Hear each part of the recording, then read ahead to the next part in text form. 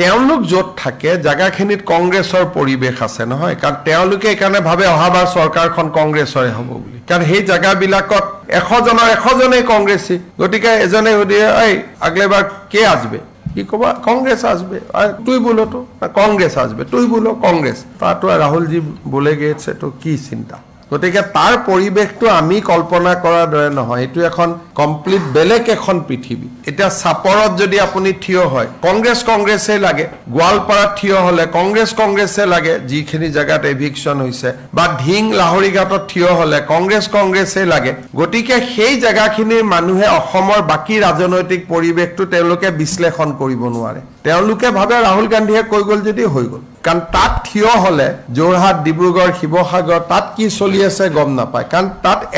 এশই কংগ্ৰেছ এটা আমাৰ ইয়াত 50 জন কংগ্ৰেছ 50 জন বিজেপি ইয়াত পলিটিক্যাল ডিবেট হয় তাততো পলিটিক্যাল ডিবেট নাই আপুনি ঢিং লাহৰিঘাটত যেতিয়া থিয় হ'ব দলগাঁৱত থিয় হ'ব ধুবুৰীত থিয় হ'ব 100 জনেই কব হাবাৰ কংগ্ৰেছ আহিব বুলি গতিকে আমিতো আৰু হৈ গল আমাৰ এইবিলাক মন্ত্ৰী এমএলএ বিলাকেও কৈ দিয়া হাবাৰ আমি মন্ত্ৰী হম গতিকে তাৰ দুনিয়াখন কমপ্লিটলি বেলেগ দুনিয়া এখন আমাৰ লগত নিমিলে এখন দুনিয়া স্যাৰ ৰাহুল জি কৈ গৈছে 26ত সৰকাৰ হলে স্যাৰ আপনাৰ উপৰত অ্যাকশন লব কিবা মুক্ত 26ৰ আগত যে ৰাহুল নিজে জেলত না যাব কি গ্যাৰান্টি আছে পাইকানত উচ্ছেদ হোৱাৰ আগদিনাখন ৰাহুল গান্ধীয়ে মিটিং দিলে ৰাহুল গান্ধীৰ মিটিং শুনিবৰ কাৰণে গোৱালপাৰাৰ পৰা মানুহ আহিলে মিটিংৰ পিছতে তেওঁলোক পাইকানলৈকে গল জিলা পৰিষদৰ সদস্য এগৰাকীও আছে কংগ্ৰেছৰ ৰাতি তেওঁলোকে পাইকানৰ মানুহক উত্তেজিত কৰে আৰু ৰাতিপুৱা ফৰেষ্ট ডিপাৰ্টমেন্টৰ মানুহখিনিৰ ওপৰত তেতিয়া তেওঁলোকে জপিয়াই পৰে গতিকে এইটো প্ৰি প্ল্যান মানে আগদিনাখনৰ প্ল্যান সেইকাৰণে অসম পুলিচে চাই আছে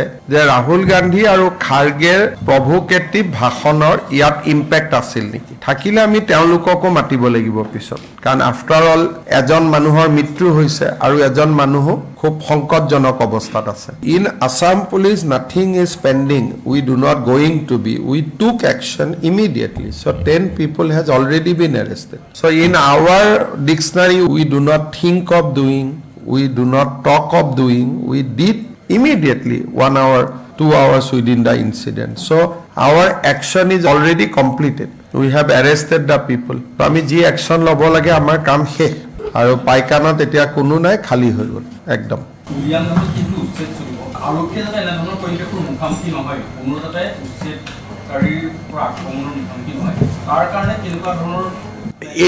এইটোৰ ক্ষেত্ৰত আপোনালোকে কংগ্ৰেছক ৰিকুৱেষ্ট কৰিব লাগিব আমিতো ভাবো পৰিবেশ নহয় কিন্তু এটা উত্তেজিত কৰিব বা নকৰিব তাৰ ওপৰতো আমি আগতীয়াকৈ একো ক'ব নোৱাৰো যদি ৰাহুল গান্ধীয়ে এইবোৰ কৰি নগলহেঁতেন তেতিয়ালে সবটো ঘৰা ঘৰি গৈছিলে গতিকে এতিয়া মই মোৰ মানুহখিনিৰহে দায়িত্ব ল'ব পাৰিম কংগ্ৰেছে কৰিব নে নকৰিব উত্তেজিত আৰু উত্তেজিত কৰিলে কোনোবা উত্তেজিত হ'ব নে নহ'ব এই কথাটো মইতো কৈ থব নোৱাৰিম আপোনালোকক গতিকে পুলিচ সাজু হৈ থাকিব কোনোবাই যদি উত্তেজিত কৰে পুলিচে আইন সংক্ৰান্তত ব্যৱস্থা ল'ব কিন্তু কোনোবাই নকৰিব বুলিনো আমি কেনেকৈ ক'ব পাৰো আপোনালোকে কওক ৰাহুল গান্ধী যদি সিদিনাখন নাহিলেতেন তেতিয়ালে ফায়াৰিংও নহলেতেন গুলিকাণ্ডও নহলেতেন আৰু মানুহখিনিও লাহে লাহে গলহেতেন আমিতো মানুহখিনি এভিকশনৰ পিছতো 40-50 ঘৰ মানুহ তাতে আছিল আমি বাধাও দিয়া নাছিলো থাকক কেইটামান পিছত নিজে নিজে উঠি যাব বা আমি একো উঠাই দিম উত্তেজিতটো কৰাৰ কাৰণে উত্তেজিত হল না মানুহখিনি প্ৰত্যেকটো ঘটনাত যেতিয়াই উত্তেজনা কৰিব কোনোবাই যায় বা উত্তেজিত বক্তব্য দিয়ে তেতিয়াই এই মানুহসকলে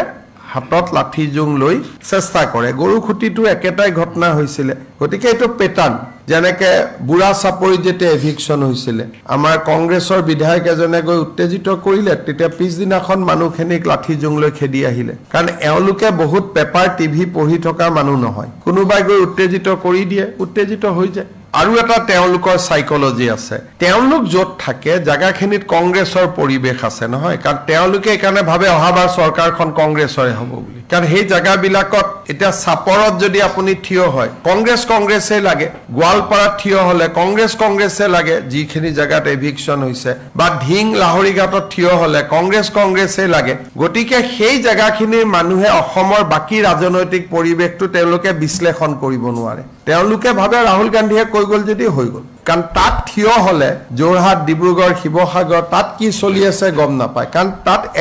এশই কংগ্ৰেছ এটা আমাৰ ইয়াত 50 জন কংগ্ৰেছ 50 জন বিজেপি ইয়াত পলিটিক্যাল ডিবেট হয় তাততো পলিটিক্যাল ডিবেট নাই 100 জনৰ 100 জনেই কংগ্ৰেছী গতিকে এজনে সুধে এই আগলেবাৰ কে আসবে কি কবা কংগ্রেস আসবে আর তুই বলো তো কংগ্রেস আসবে তুই বলো কংগ্রেস তো রাহুল জি বলে গেছে তো কি চিন্তা গতিকে তার পরিবেশটো আমি কল্পনা করার দৰে নহয় এটো এখন কমপ্লিট বেলেগ এখন পৃথিবী আপুনি ঢিং লাহৰি ঘাটত যেতিয়া থিয় হ'ব দলগাঁৱত থিয় হ'ব ধুবুৰীত থিয় হ'ব 100 জনৰ 100 জনেই কব হাবাৰ কংগ্ৰেছ আহিব বুলি গতিকে আমিতো আৰু হৈ গল আমাৰ এইবিলাক মন্ত্ৰী এমএলএ বিলাকেও কৈ দিয়া হাবাৰ আমি মন্ত্ৰী হম গতিকে তাৰ দুনিয়াখন কমপ্লিটলি বেলেগ দুনিয়া এখন আমাৰ লগত নিমিলে এখন দুনিয়া স্যাৰ ৰাহুল জি কৈ গৈছে 26ত সৰকাৰ হলে স্যাৰ আপনাৰ উপৰত অ্যাকশন লব কিবা মুকটো 26ৰ আগত যে ৰাহুল নিজে জেলত নাযাব কি গ্যাৰেন্টি আছে